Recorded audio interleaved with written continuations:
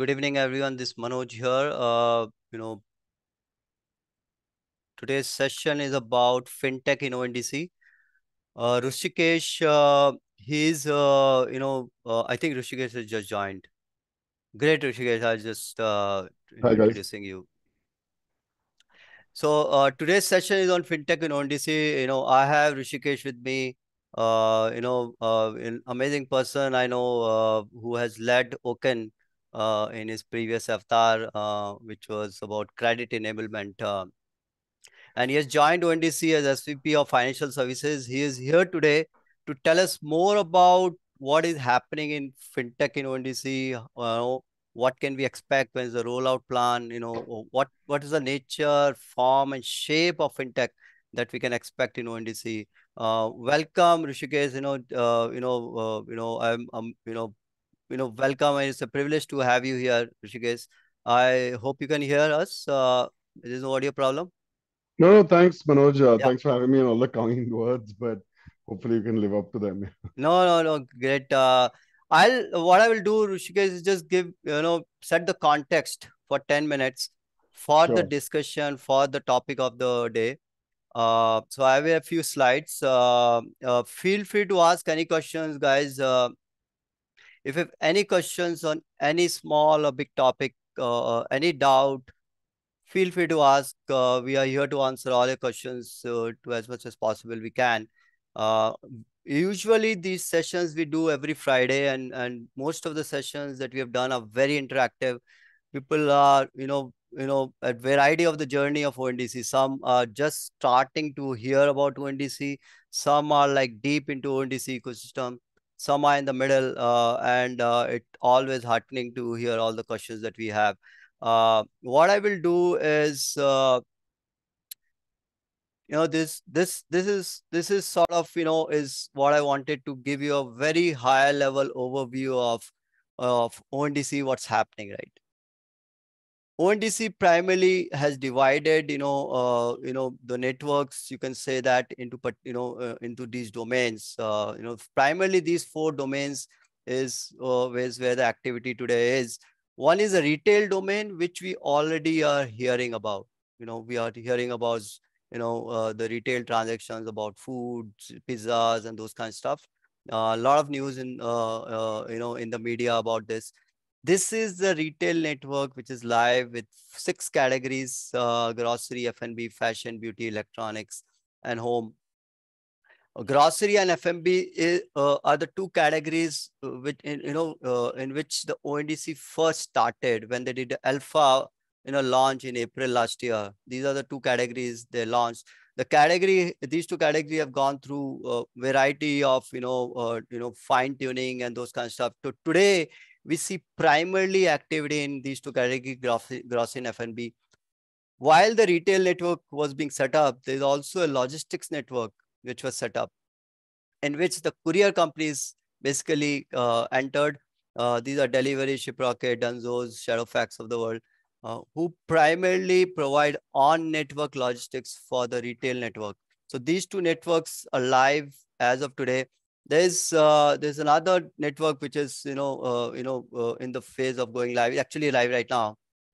Is the mobility one, which is primarily about taxi rides, auto rides, and a lot of other travel and transportation opportunity that we see in the country. The fourth vertical is the fintech, and this is a very exciting domain. It's a very exciting thing, that we are seeing. Probably will get launched in few months, and we'll love to hear more from Rishi on specifics. But primarily, these three categories is what I've noticed is mutual funds, lending, insurance. This is domain. This fintech domain is the topic of today. We are not going to talk about retail, logistics, and mobility. So we are going to focus on fintech and try to go deeper into this domain and probably in the categories we cover. This is usually the slide I first showed in all the webinars that we have done, primarily to give a little bit overview of how the network operates. For primarily for folks who have just, starting to hear about ONDC, and they have a lot of questions, what is ONDC kind of stuff. ONDC is a two-sided network. That's what we hear. One side you have buyer apps, another side you have seller apps. Buyer apps bring traffic to the network, seller apps bring supply to the network. This is primarily a very high level description of ONDC. The example I usually give is that I, Manoj, as a customer, want to buy a pizza, and Pizza Hut is a seller, and basically it has used Magic Pin to enter into the network. And I basically search for pizza on Paytm. I pay 100 rupees. Paytm basically relays that order to Magic Pin, and Magic Pin that relays that order to Pizza Hut. Pizza Hut delivers pizza to me through Dunzo or any other hyperlocal, courier company. This is how the network works. There, of course, the payment flow in this. There's also issue managed, how the tickets and issues and grievances and disputes are managed in the network. There's a whole lot of things we have talked about in the previous webinars on the IGM, which is on issue management, on RSP, which is on payments. I'm not gonna go deeper into that, but this is primarily the retail network works.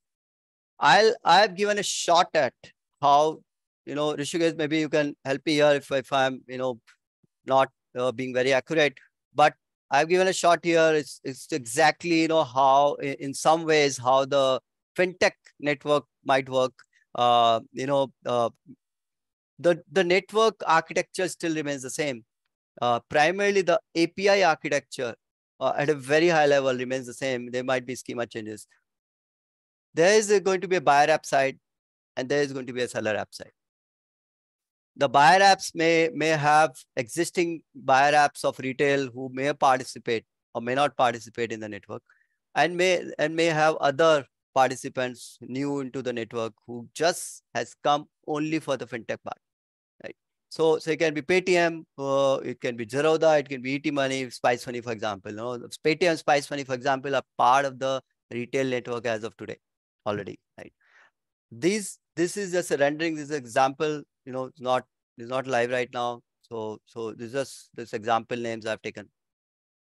The other side may have seller apps. Primarily, some may directly be providing a fintech product, or some may be aggregating a fintech product. For example, it can be Policy Bazaar, who is basically aggregating insurances and making it available on the network.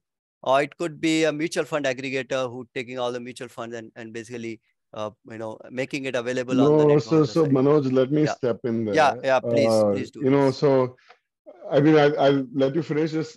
Like, I don't think the aggregators can be on the seller side because then it Okay, becomes a lead gen tool. And okay, I'll explain why that doesn't work. But I mean, sure. I'll just, that is the only piece that I think was a bit Okay. off kilter. So I'll stop there. You finish and then I'll jump. No, I definitely, correct me, because I'm trying to, just make it, it's like a simple rendering of how things work. Of course, a lot of things I'm not aware of, so I will love your inputs. So this primarily the way the network works, the way the architecture works, there's not going to be a major change in that. The players will be different, the process and flow might be different, but the architecture remains the same. So I'll wait for Yeah. Rishikesh to take over from here. Any questions? Sorry, I before I give Rishikesh hand over to him. Yeah. Manoj, Rishi, can you hear us? Yes, I can. Yes. So we also wanted to understand on the payments. So I understand the bit where we are talking about a complete buyer-seller marketplace for fintechs. On Yes. the payments front as well, is there a fintech role that's being envisioned here? When you say, like, can you clarify your question a little more? Like, look, when you're transferring money from two parties, there will be payments involved, but do you have something more specific? Rishi, so for example, say a credit option, right? A buy now pay later option for connecting between the buyer and seller, right? So that would come in at the time of the payment when the interaction happens between the buyer and the seller app.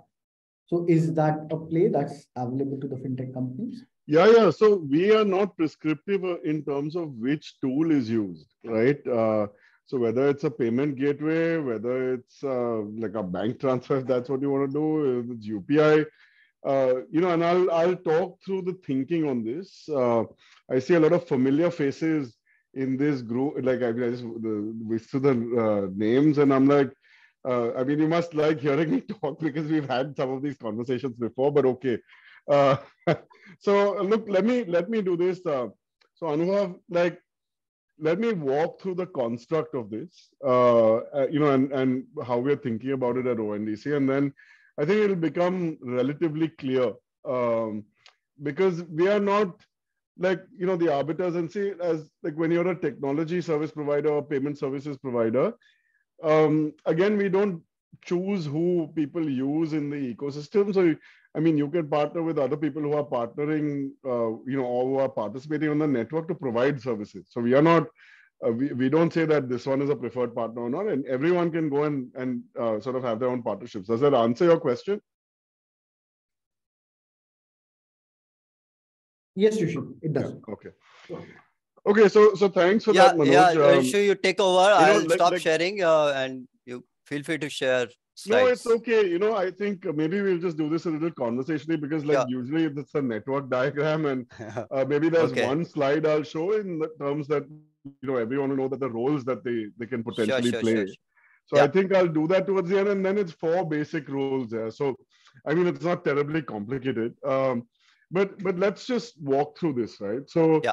look, what is and just pardon it, there might be some noise in the background. There's construction going on in the adjoining We're room. not So hearing anything, so go okay, ahead. great. Okay, so look, the basic thesis I mean, I know a lot of you all are probably following ONDC, but the overall thesis is what? You want to provide larger markets for sellers. You want to provide more choice for buyers. At the end of the day, that's what ONDC is distilled down to, is those two simple things. And obviously a digital delivery where possible. So obviously with the retail and logistics, there's discovery, but you close the transaction offline, because by definition, that's the way it needs to happen. We are luckier in the financial services space because I mean, we haven't gone all the way for all categories, for the ones like for individuals, for sole props, sole proprietors. There's a way to go fully digital, but not entirely yet. So we will work with the policymakers and the regulators to make that happen. And I'll talk a little bit about that separately. But there's also solving for MSMEs outside of sole proprietors as well, and that's partnerships and private limited and so on. But look, overall, what are you trying to do? There are 4 roles that anyone can play in the network. There's the buyer app. In the Oken Avatar, I see Vineet on this call as well, who used to volunteer on or still does, I think, with iSpirit. There's the buyer app, which is the equivalent of the LSP in the current RBI framing, which is the lending service provider. On the other end, you have the lender. It's similar for all 3 spaces, right? Insurance or investments. So the major difference is, lending isn't regulated, but there are RBI guidelines. For being a distributor, for insurance and mutual funds, you need to go to IRDAI and get your like a corporate agency or distributorship insurance web aggregator, what have you. And with the AMFI side, we're starting just with the distributor to keep it simple, and I'll explain why in terms of why we've made that choice shortly. So there's the buyer app that anyone can do. It's slightly lighter on regulations, because you just have to get certified as a distributor or a agent, and in lending, not even that, you just have to adhere, especially because of the way we constructed it, and we'll come back to that. And the other role is of the seller. And the seller is usually the manufacturer of the product. And I'll just pick up on what Manoj said earlier. And look, this is a common misconception. I think we've been approached by even brokers, like insurance brokers, saying, yeah, can we be a seller? Because they see it as a place to get leads. Now, here's the challenge. The regulations say that one is a regulations like issue. The other is a very clear, like a market construct issue. And on the regulation issue is like you can't have 2 intermediaries for insurance. It's similar for mutual funds. And for lenders also, why would you do that? And then the more practical choices, why would a buyer app send their lead to another buyer app, like who's also aggregating customers, who will then convert the sale? Why wouldn't you just like integrate directly, right? We don't want a situation where buyer apps don't come up because buyer apps want to be seller apps, so to speak, right? I don't know if that makes sense. So just to give you a real world example, like why would a Paytm who's also lending be okay with a Paisa Bazaar being a seller app, right? Because then Paytm's leads would go to Paisa Bazaar and then um, Paisa Bazaar would close the sale, so to speak. Now, I understand incumbents wanting to do that to continue to, but like ONDC's also role is to level the playing field for people who want to enter into the space. Man, So buyer and seller can be a both same company. We can yeah, say, you right? can be. So, for example, an insurance company. I mean, I don't know if they're allowed to do it, but um, nothing prevents a bank from also being a buyer app, right? Because if they want to distribute insurance, but like I'm not sure in what case, like say a mutual fund would also want to sell credit, right? I don't even know if they're allowed to, right? So that's a separate Not discussion. credit. Just I'm giving one example. Like you take example of one of the bank, let's say. So Yeah, bank so I said that. So, has, Suman, sorry to yeah. interrupt, but like Hmm. if a bank wants to be a buyer app for insurance, they can be, Okay. Mhm. Okay, right? I got your point. Yeah. Right. Okay. So buyer, seller, the technology service provider. I mean, I know some of you are also that now. Basically, the framing of that is, look, on in all these spaces, usually the manufacturers, and I mean no disrespect to them, but tend to focus on what they're good at, which is the underwriting, the raising of capital, the crafting of the investment product, or the crafting of the insurance product. They're all at different levels of digitization and of having robust tech stacks. But my experience in the last 3 years in this digital public goods space is that all of them usually need help. So there's a lot of opportunity for technology service providers because, I mean, we have almost 2,000, active, NBFCs, 300 scheduled commercial banks, 40, 50 insurance companies, 40 plus mutual funds. So, I mean, there's a lot of work to go around. So that is the other role. And the other one is the reconciliation service provider, which is the fourth role, which I think there's still some nailing down we need to do as ONDC of what the process would look like. I know some spec has been published, but from an operational standpoint, there is a 2009 account regulation, there's a 2021 account regulation. I don't think that is completely closed. So let's park that one for the timing, and then you will hear from us when that is properly nailed down. Now, the other thing, just to be completely clear, is and I'll get into the products that we are doing in each of the spaces in a bit, but we should also cover the commercial construct, right? And I think we spend a lot of time on making sure this is clearly communicated because, yes, UPI has been terribly successful, but there's a lot of heartburn given the way it eventually landed, right? So in this case, there will always, we will start with the commercial structure, and that is basically the buyer app earns something, the seller app pays something to the buyer app on, and in insurance and mutual funds, it's regulated. So there's, it's very clear that that's the way it's going to be. In lending, we will do the same thing, where, the difference, I think, today is that there are all like sort of negotiated contracts off the network. Now, what ONDC will also power is being able to have a transaction level contract for each particular transaction. And what does that mean? So, typically you would go to a buyer app or an LSP and say, okay, for the next 2 years, I will pay you this much for so many loans and this for this size or whatever. And it's a negotiated contract. Now, what we've done the ability to do is you can send the lead with the price. Now, for certain platforms, they already know whether the customer is premium or not. So you could actually vary your pricing based on that. You might want to charge a little more for a premium customer. Like, look, in the US, I mean, it's a bad comparison, but in the US, a premium credit card customer, because of the heavy competition, is almost $300, $400 a conversion. But in India, it's like a few $1,000, maybe 1,500, 2,000. But now that might change going forward if you already know it's premium and the chances of them getting an offer increase. So you can either do it that way or negotiate it off network. That's up to you. The other thing we're trying to do is drive um, daily settlements. So it's actually a real cash flow boon for the buyer apps.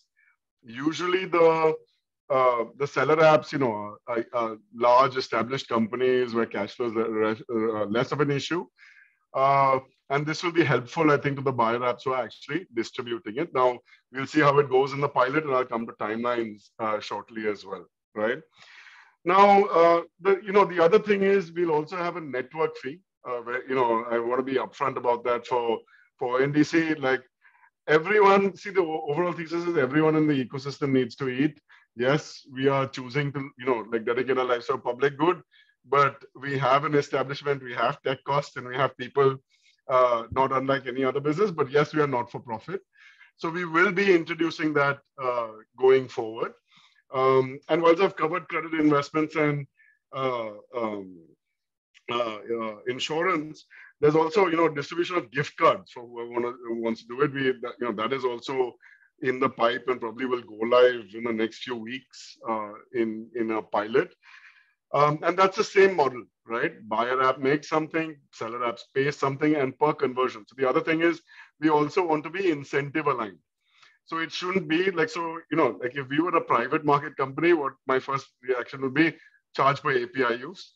But we are actually saying, and we actually pushed for this, is you charge per conversion. So my incentive is aligned to make this work for the seller, make it work for the buyer. And if both prosper, then so do we. Otherwise, we don't. And like, look, even if tomorrow we end up making quote unquote too much money, we just have to drop those costs because we don't want to be friction in the ecosystem. And we, as a not-for-profit, we can't make margin. So just wanted to be clear about that so everyone understands like the construct of how we are choosing to craft this. And look, in the investment space, we already know in the market there are lots of people who do this just for for free. But as the funding winter, or whatever you want to call it, has come, everyone is now starting to look for ways to monetize. The stance we are taking is we'll go in with an ecosystem that monetizes to start with, so that this issue doesn't come up. Like you want an ecosystem where everyone is quote unquote eating, so that everyone is happy doing what they're supposed to be doing. Okay, so any questions on that before I move on to what we are planning to do in the next 3 to 6 months? Okay, so look, I'll take each one, credit, insurance, and investments. I'll cover credit, what we're doing in the next 3 to 6 months, and then also what the longer term plan is, and what I mean from 6 to 9 and then beyond. So we'll have a credit specification out by the 1st of June. We are receiving the cuts maybe tomorrow, and it'll take a week just to make sure, it's all good. And for those who are interested, just, Manoj, if you want to share my email, I'm happy to distribute it. It's a public spec. So, yeah. I can add you to the distribution list, but it'll be on GitHub eventually anyway. So nothing to hide. We will be doing just a simple unsecured personal loan and another unsecured, like a GST database unsecured loan for MSMEs, so sole proprietors, because those are the easiest to KYC. Now, that is the first version. So everyone's asked, but that's it, the simple version? Yes, because we need to lay the rails before we do anything more. What we've already started doing in the next phase, like I used to get asked a lot when we would, the OCEN space, like, when is OCEN and ONDC going to merge? So now it is going to. So very simply, the next step is purchase financing. So whether it's consumer durables financing or purchase financing for MSMEs, and again, it's individuals and sole props. And let me give you some use cases. So it'll be electronics, like your consumer durables, typical. And we are also working with a company to do like a dairy cow purchase based on data of the that has been collected about the health of the dairy cow and how much milk they produce. We'll probably be able to do agri, seed purchases. So it doesn't matter what it is, just purchase financing in general. The other type of use case is that, the derived data use case for those who are familiar with OCEN is if I have some platform data, can I share that? And we've spoken to a lot of companies that even have services for distributors and, like FMCG companies, distributors and retailers. and the retailers need credit for new products, and these guys provide software services to the distributors. So they have the performance of the shop, they have what products work in which shop. So we're just working on creating that data set which we can give to lenders to be able to lend against data like that. We'll also be, we've had cement manufacturers, a whole bunch approach us. And I think it was like a lot of inbound at OK, and it's even more heavier at ONDC, I think, because it intersects more clearly with commerce, which is at the end of the day why we need credit anyway. So that is about like what will probably happen after these first two use cases, and those are broad enough to include almost like everything. So we just need to provide a data structure within which numbers will mean different things for the lenders, and happy to work with you. If there are use cases that you haven't been able to convince a lender to do, bring it to us, we'll help. There are two other things that are happening. We're just working with the bureaus to do real-time reporting, because these loans will be almost instant reporting. There's still a gap. So we'll at least try to get to daily reporting before we get to real-time. So hopefully that should happen by September, November, but I'm dependent on the bureaus for those dates. The others is we're working with philanthropic organizations to figure out credit guarantees with CGT MSE. So for the new use cases, if the lenders have some cover, that will be helpful in terms of, at least experimenting with the new use cases. After this, and this I'm now talking a year out, we will start tackling unsecured loans for private, limited, and partnerships. And the major issue there is the issue of signing a contract in KYC, right? Like, is an employee associated with a certain company? Do they have the rights to sign? Are they authorized, and that sort of thing? So we've actually figured out a way to do this, and I did it as my time as a volunteer. Now we just have to pull the ecosystem together to do it. So when we're ready to do that, when some of this is gone from 0 to 1, we'll pick that up. I think it's just a 3 to 4 month project, and we should be able to solve for it. And I've run it by a few TSPs, and everyone thinks it's possible to do. But there's one, like, we need to just orchestrate that, in the ecosystem. So that's, and then, whether we get to secured credit after that, it also depends. We might have to go to a part physical, part digital, part physical process, especially for like secured loans for equipment or home loans and that sort of thing, unless land records and home records get digitized by then, which then if there's a way to digitally hypothecate them, then obviously we're in business, right? So that's the overall on credit. On insurance, we are starting with motor, health, and transit, which is called marine insurance. And marine is because, this is the ONDC twist to it. The idea is, can we do a transact, like when I'm a seller, I accept an order, I ship, can I insure that shipment? Can I provide economic shocks? So the overall thesis is credit helps income generation, insurance prevents economic shocks, investments builds wealth, right? Pecking order of how to do things. After that, we have started working with some insurance companies. So, we are working on the product flows in the BRD, and the way we do it is we write it out, we then test it with a few insurance companies. Sometimes it requires changes in them because, for example, if an insurance company is asking for a previous policy detail, say of car insurance, and they're somehow available on DigiLocker, should we go with the forward-looking technology, or do we do the existing flow? Our preference is always the forward-looking. And while it might take a little while to take off, that's okay. So which is why you'll see account aggregator used in most of our flows, DigiLocker. So a lot of the India stack naturally to make this work. So what we're doing is we're working. After we do that, we'll work out the flows on these 3 products, put them out as a spec, same cadence, get a pilot going, try to get it to scale. And we'll also then start working with the insurance companies for sachetized products. Like, just for example, for insurance, can we do a 5 rupee a day medical cover that doesn't lapse if you don't pay for it? It might lapse for 1 day, but then you can pay for it again the next day, rather than have someone pay for a year, which they may not be able to afford. And then finally, investments. Look, the idea is to bring access of investments in the market. And look, this really came from the fact that, when we were doing the OCAN work, you saw people take loans for $160. You think I can sachetize that, then why can't I sachetize insurance? If I can sachetize that, then why can't I make mutual funds available to that segment? And because a lot of that segment works their whole life and then is destitute at the end of it when they just don't have access to these products, right?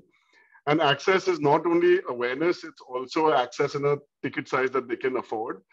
So, I mean, we've put the very ambitious goal and like, I'm going to need help from Aadhaar and NPCI and all these guys. But can you do a 1 rupee investment and can you make it viable for the mutual fund to support that? Because today that's not possible. That's why you see ticket sizes at 500,000, 5,000. And they also, and we've had a lot of conversations with mutual funds that if you're able to do this, their cost, if you reduce their cost of acquisition, you reduce the ticket size, and that makes it accessible.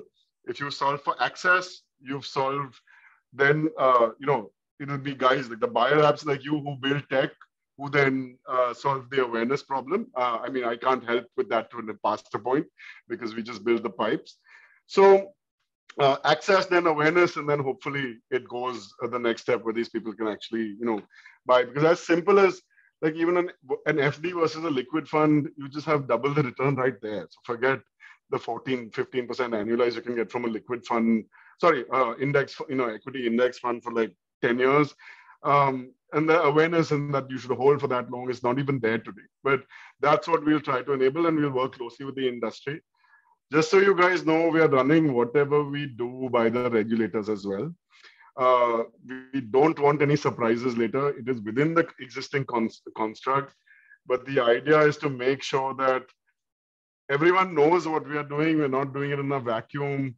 We are not surprising people with what we're doing, especially the ones who matter, who can, we all know what happened with PPI and credit lines. I mean, there are different views, but there was always a regulation which is just brought up 5 years later.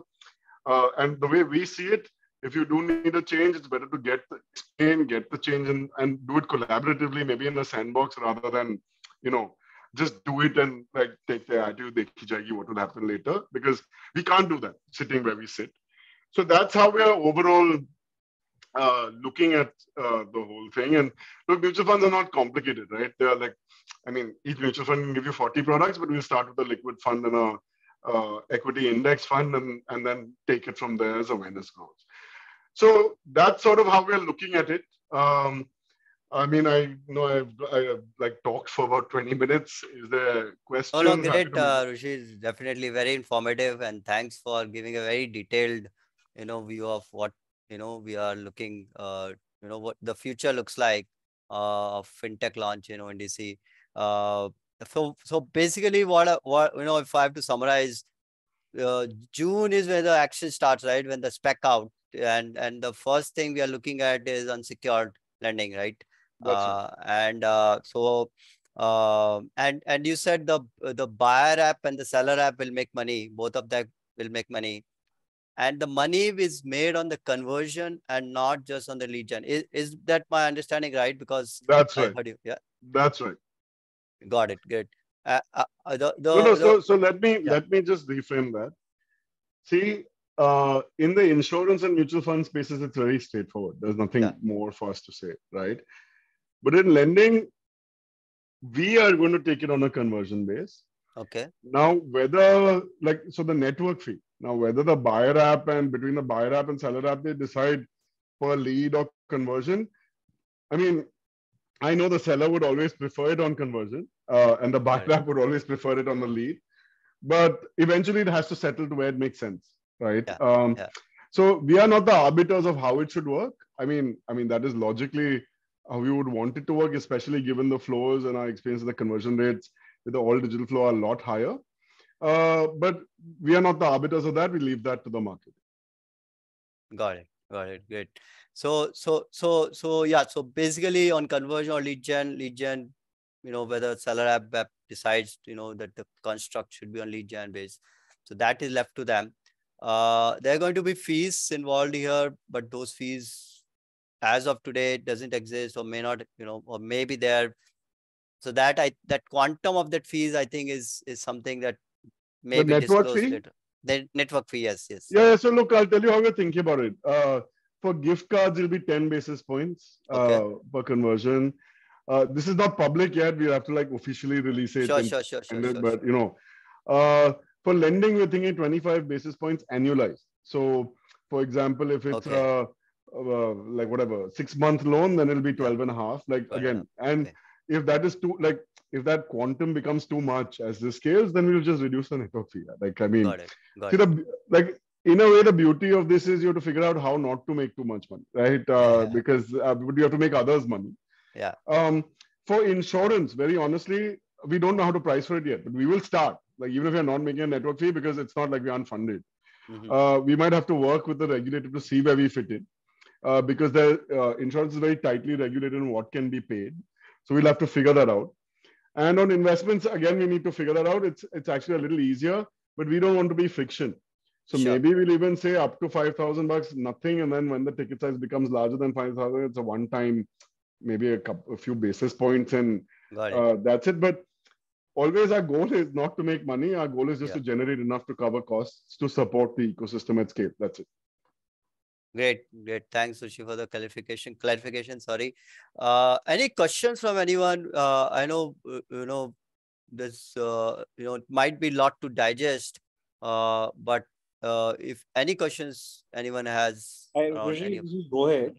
What's the sense on how the KYC would happen in the ecosystem in any of these processes? So it's the Aadhaar. So the options are Aadhaar OKYC, Aadhaar eKYC, either directly from Aadhaar's website or DigiLocker. And now the Udyam certificate is available on DigiLocker as well. Okay, and this would be done by, I'm assuming, the seller, right? Yes. So okay. So I missed mentioning this.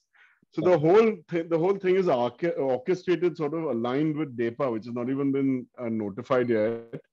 So the buyer app will be very light on like data and data storage, and all the heavy lifting will be done by the in manufacturing regulated entity. Does that make sense? Got it. Hi, Manoj. I had a small question. So, the buyer apps are supposed to be democratic in the access and showcase all the products. Don't you think it will become a medley with fintech, groceries, retail, and No, but you don't everything have to do fighting against everything. each other? No. So Sandeep, you don't have to do everything. So if you're on ONDC, doesn't mean you have to offer everything that ONDC has. Yeah. Right. So look at it this way. So look, PIN code has started offering groceries and food delivery, right? Tomorrow, electronics are live, but they don't offer that, right? Because they choose not to. However, they might want to offer credit to buy groceries, and if that's the case, sure. Or it might make sense to have credit cards as an offer on PIN code because people shop using credit cards or whatever. But everyone's free to do what they think makes sense. Just because you're on ONDC doesn't mean you have to do everything. And just to emphasize, even if you're on ONDC, you don't have to work with everyone else who's on the network. You can choose to work with only a few if that's your goal. But I mean, I would assume most will want to provide the most choice, right? Hi, this So is fair enough, Varun. as long as there is no conflict. No. What kind of conflict? User conflict. See, someone is going on ONDC for a certain reason. And when it's a fintech product, which is a financial product, No, the mindset is Sandeep. very different. Nobody's going on ONDC. They're just rails. There's someone else's buyer app, someone else's seller app. We are not telling you what the UI should look like, what you serve to the customer. You just know that these things are available. So if you build confusing UI, like it's the buyer app's fault, not ours, so to speak, right? Okay, good. Hey, hi, this is Varun. Thanks for organizing this session. Very informative. We look forward to hearing the official announcement very soon. I have a very simple question. My question is that what's the role of a TSP in onboarding, say, for example, an insurance service provider? Because I know that, insurance service provider would want to first go ahead with motor and health. So Sure. what's the role of a TSP? So it's very simple. It's very simple, right? Like, see, whenever so I'll give you an experience from the Oken days, right? Because we haven't done any deployments at ONDC, at least for this phase. I think I had engaged with about 20 banks and lenders, not banks. And only one of those 20 built their own, what we used to call the LSP bridge, to be able to integrate the systems with the standard rails, right? So actually, that was actually very surprising because even others who claim to be like fintechs, and I won't name them, still outsourced it to other TSPs. So it was actually quite surprising because maybe they didn't have resources or they had other projects in the pipeline and that sort of thing.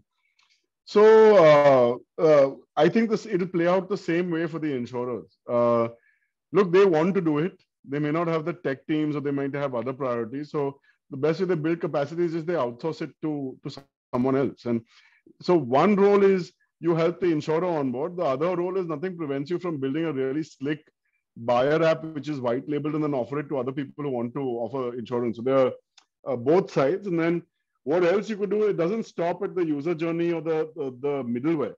You could help them build underwriting engines, BREs, or whatever else that goes into delivering insurance, right? And look, eventually, right now for the claims process, right, on insurance, we're just going to do a handoff redirection, which is embedded in the buyer app, but it'll be like, the particular insurer's flow. Eventually, the insurers are already saying like, let's work together to do APIs where you can do a full, management of the claim on the buyer app. And the next step is to automate those so that it doesn't go to anyone and there's no back and forth and that sort of thing as well. So that will all come. But, for these sort of things, it's a bit complex. So it takes a little bit of time. But yeah, that's the way we're thinking about it in general. Thanks for the, it's a difficult answer, but I was hoping that, will it be as simple as uploading a catalog like we do for a product company, uploading a catalog with the same technology? Because see, it's never like that for credited insurance because look, the basic framework for underwriting loans for a particular product are the same. Cost of capital and risk appetite changes everything, right? And that's a learning after being in the space for 15 years. Everyone says they have the secret sauce, but it's the secret sauce that affects them given those two rules usually, and that changes the definition of that, right? So standard catalog will always be hard. I don't think, but I'll tell you on the credit side, what I do think will happen in the future is as we create these use cases with slightly different pieces of data, right? What is going to start happening is I don't think lenders are built. See, they're all built with 5 products or 6 products for 20, 30 years, where even disbursals happen 3 times a day after someone signs off, between 11:30 and 4:30 at night, disbursals don't happen, or your banking partner, if you're an NBFC, goes down. You do a credit policy review, typically if you're a public sector bank, every 6 months, if not every year. Others will do them every quarter. The shorter term lenders probably do them every month. Just make sure you're sort of aligned. It will soon become as fast as the data flows in. And that's when I think you really get to that artificial intelligence, machine learning driven credit models. Right now, I think they're good for decks when you're trying to raise money, but I don't think we're there with the streaming data yet, where you can actually use an AI model in that sense, right? Right, and I don't think a lot of these manufacturers have the muscle to do this, so they will need people to help them. That's a different role of a TSP, someone who can consume the data. So one is helping integrate to get the data. Second is to consume it, then make sense of it, and then extract a model from it. Cool, thanks. Vishwanath here. Quick query that I have. So basically, somewhere in the deck, I have seen that insurance companies, especially if they want to participate as a seller on the network, they have to mandatorily be a network participant. Is that the case, or can it? Yeah. You have to sign the network agreement, no? Because no. What I'm saying is that, for example, as an MSN model, right, where you're aggregating all the sellers and bringing them on. Is that possible for the insurance and? No. So if you're already aggregating, you'll have to be a buying app. Because see, the whole issue comes down to that only an insurance company can sell insurance. A broker selling insurance, but to the end user. So then how are you a seller? I understand from the like the commerce standpoint, like why can't I plug into the seller and get leads?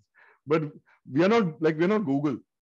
It's not like you're going to pay marketing money, right? Because, and as the initial example I gave, if let's just take Insurance Dekho is sending leads to a policy bazaar, I'm not sure Insurance Dekho will be very pleased.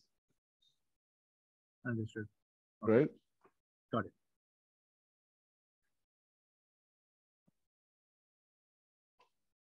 Any other question from anyone? I have two questions here, one from Rishika.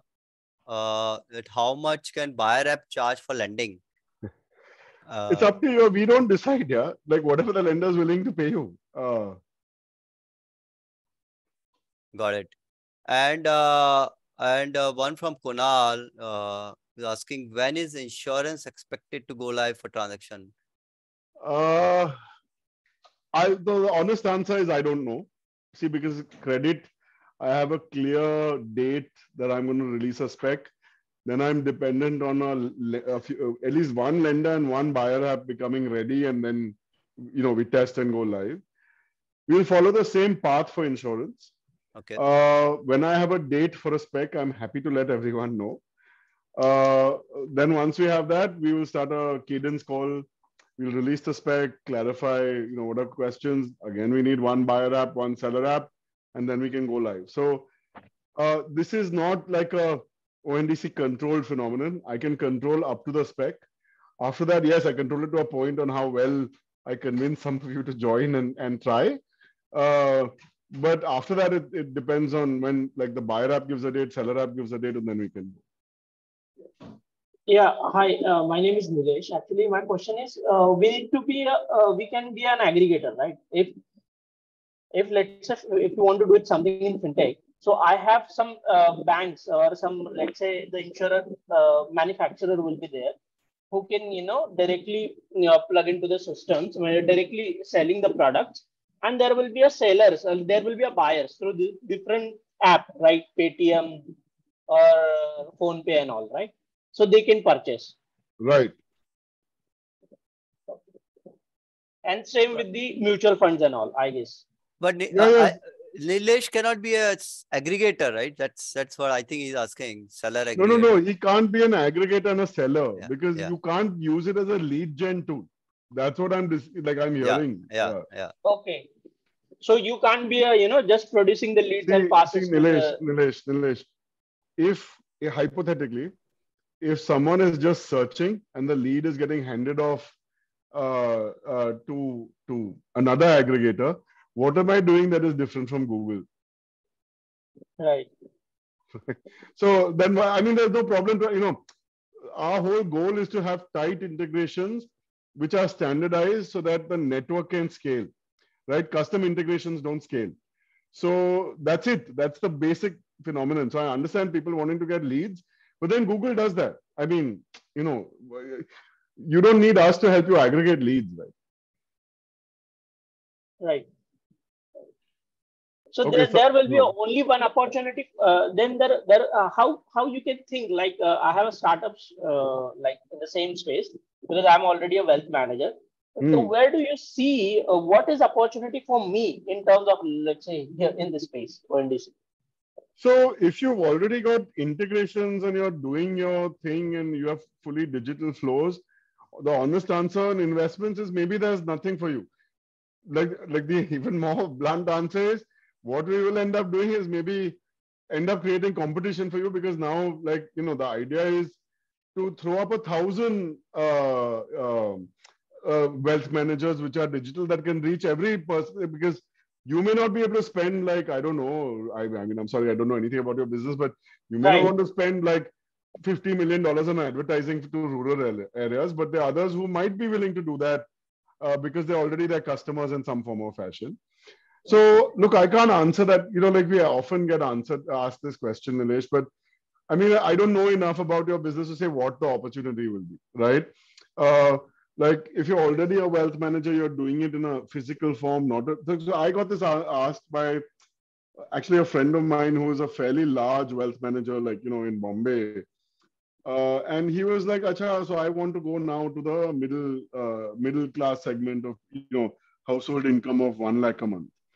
So I Right. said, yeah, this might work for you because you have to do digital delivery. You can't, obviously do an RM model for that size given the payouts. But I said, like, here's the honest answer. You can build a great app, but then figuring out how to deliver this to that segment, how to explain to them to buy, customer service. So there might be a couple of years of pain before you are able to nail it down in terms of whether it works for you and then if you're able to scale. But I mean, that is your decision. I mean, like we can help you. Like the best analogy I can give is we build the roads.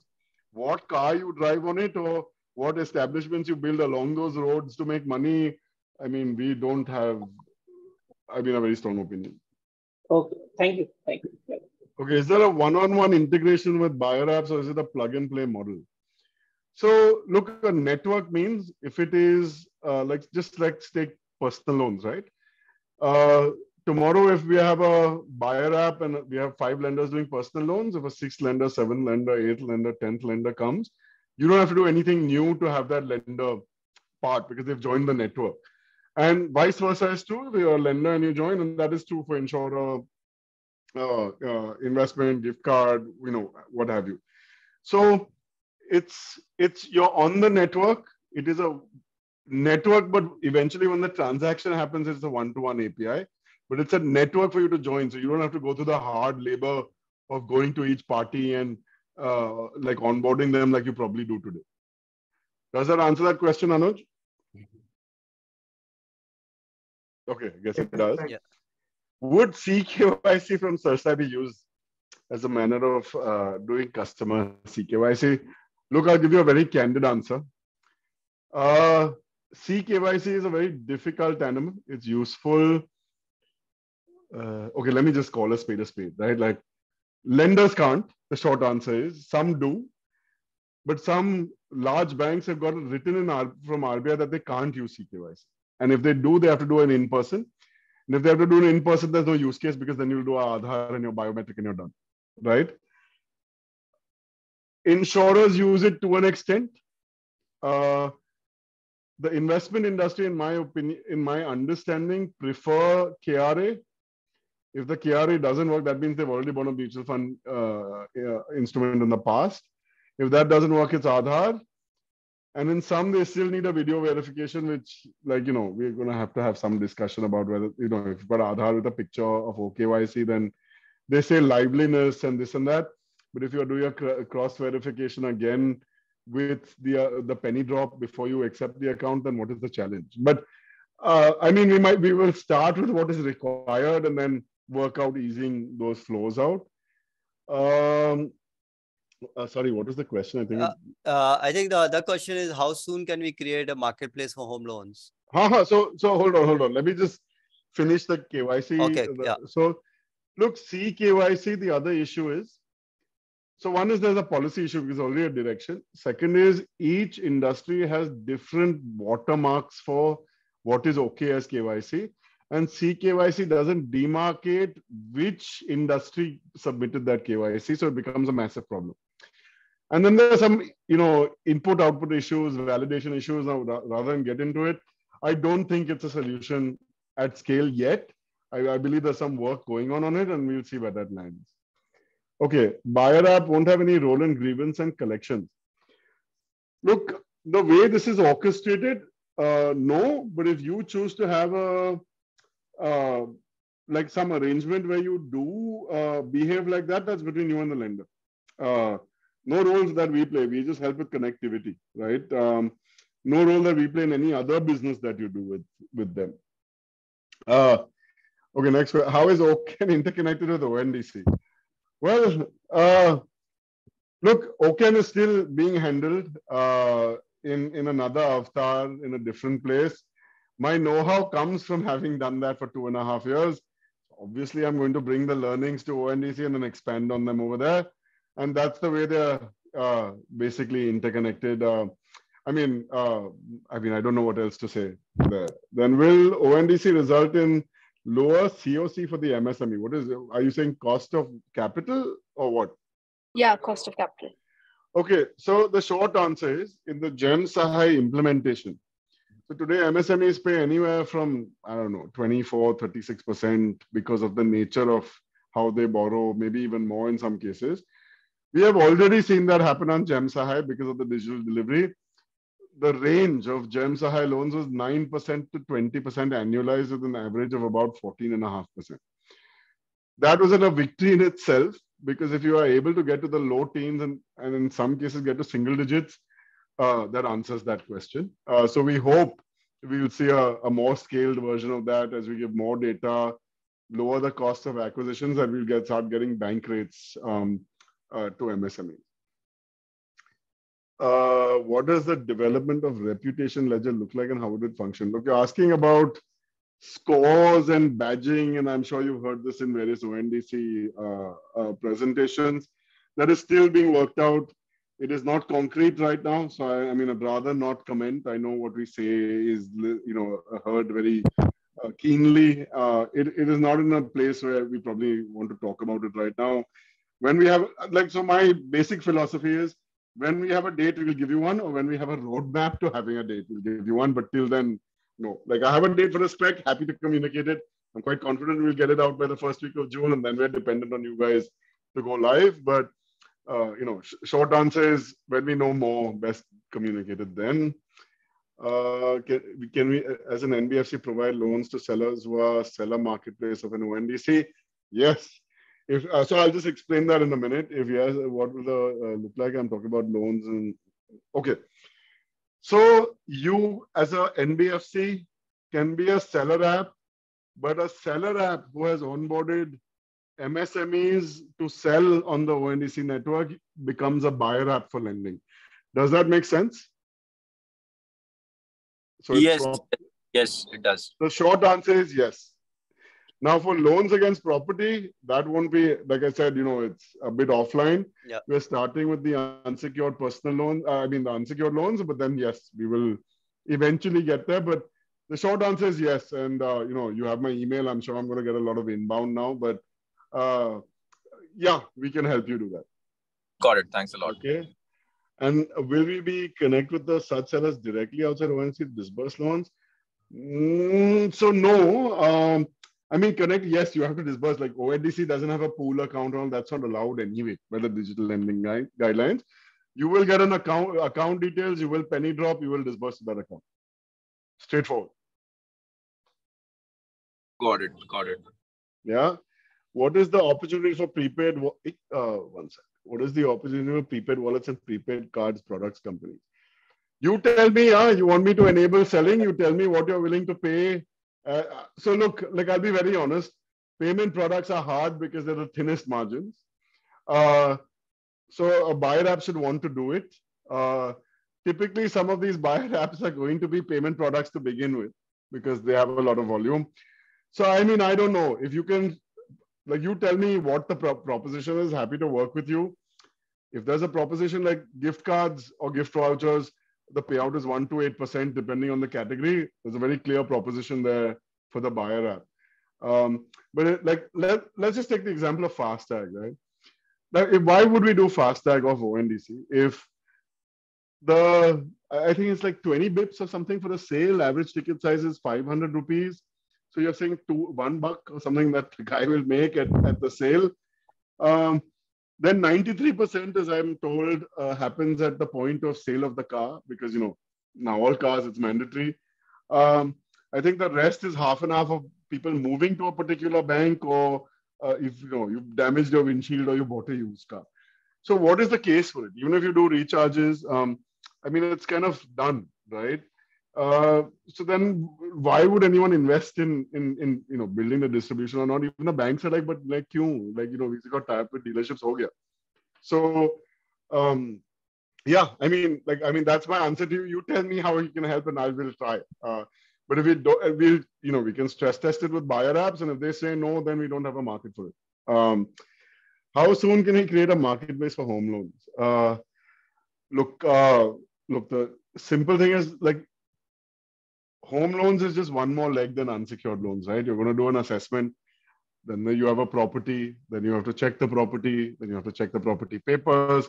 Then you will sell it. But home loans are also taken in joint name. we haven't solved for that journey yet. So, for individual, nothing prevents you from using these rails, but we'll have to list this as a product. I mean, Tushar, which company are you from? Oh, he sent this to me direct. Anyway, I'm sorry, I'm answering it in public, but happy to work with you to see what the use case is.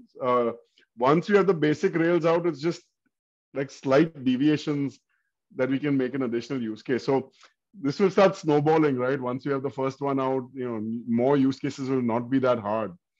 Happy to hear you out and see if we can help do this. Great, Hrushi. I think we are end of the questions here. Sure. Amazing session, Hrushi. I learned myself a lot, a lot of new things. I'm quite sure everyone did learn a lot. Thanks again for agreeing to be part of this webinar. No worries. And really feel happy about it. I'm hoping that everyone liked it. I'm quite sure a lot of questions that you had got answered today. I'm quite sure you still have a lot of questions, and of course we'll bring Hrushi back again to answer those questions later. We will share the video of this to everyone. We'll also share one presentation which Hrushi has shared to me. I'll share with everyone. With Hrushi, with your I would want to share your email to everyone if that is. I already did that in the chat window. Okay. And in the deck I gave you, which you can send to everyone, even my number is there. But okay fine. Okay. Sure. So thanks for that, Hrushi, and thanks again, everyone. We'll come back again on webinar ONDC. We do it every week. Thanks again. Have a nice weekend. See you guys. Thanks, guys. Bye bye. Take Bye. care. Thank you. Thank you.